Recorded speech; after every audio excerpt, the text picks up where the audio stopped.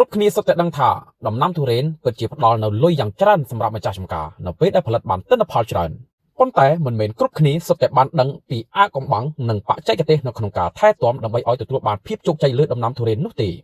ហើយគ្រប់គ្នាក៏មិនប្រកាសថាចេះច្បាស់នៅក្នុងការរៀបចំប្រព័ន្ធទឹកដើម្បីទទួលបាននូវផលប្រយោជន៍ខ្ពស់រយៈពេលយូរអង្វែងរហូតដល់30ទៅ40ឆ្នាំនោះទេ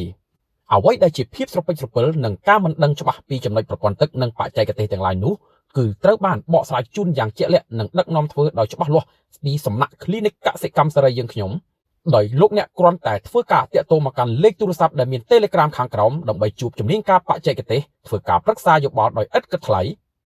ឬធ្វើការណាត់ជួបដើម្បីចោះទៅពិនិត្យដល់ទីតាំងផ្ទាល់ដើម្បីសិក្សាប្លង់សិក្សាពីបច្ចេកទេសទឹកនិងបច្ចេកទេសនៃការថែទាំយ៉ាងលម្អិតដើម្បីបញ្ជៀសនៅហានិភ័យនៃការខាតបង់លុយកាក់ពេលវេលាកម្លាំងកាយនិងការខូចចិត្តនោះសូមស្វែងរកដៃគូបច្ចេកទេសកសិកម្មដែលមានចំណេះជំនាញពិតប្រាកដនិងបទពិសោធន៍ជាក់លាក់ដើម្បីទទួលបាននូវភាពកក់ក្ដៅក្នុងចិត្ត Clinic កសិកម្មសេរីរួមសុខរួមទុក្ខជាមួយប្រជាកសិករ